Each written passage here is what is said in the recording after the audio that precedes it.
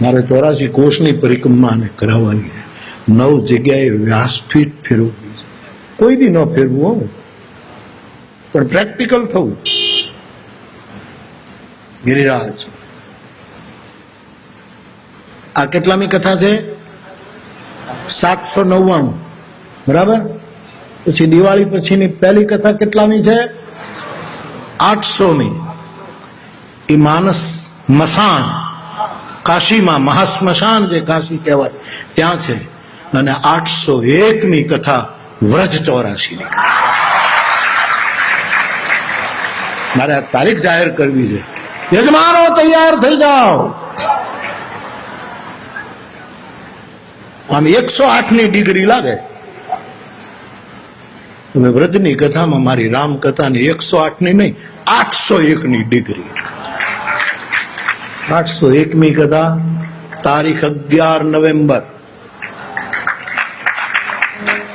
ઠીક, તારીખ 11 નવેમ્બર થી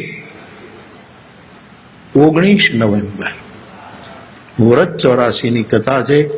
યજમાનો તનુજા સેવા માટે, વિત્તજા સેવા માટે, માનસી સેવા માટે જાગતા રહેજો, જાગતા રહેજો.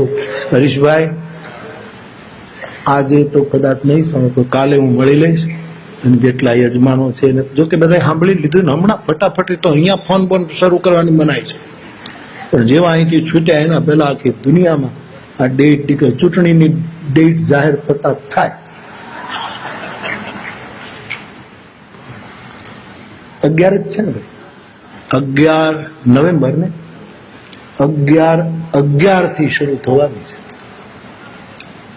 અને 19/11 સુધી વ્રજ 84ની કથા છે.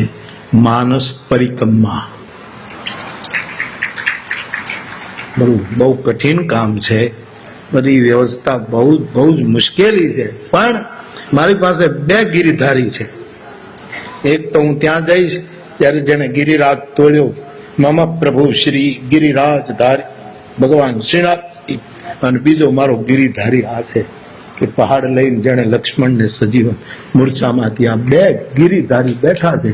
મેં આયોજકોને જેને જેને સેવા સોંપી અને કીધું તમે જરાય હસતા હસતા રહેજો, એકબીજાને આજે મુસ્કુરાતા વાત કરજો. આમાં કોઈ પ્રેસિડેન્ટ નથી, કોઈ કંઈ નથી.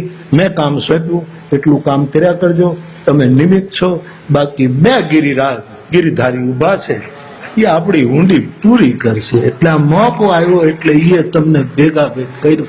11 થી 19 નવેમ્બર હાથ સાંભળજો, હાથ સાંભળજો, હાથ સાંભળજો. ધણીન ધણીન ધણીન લકો હામાનો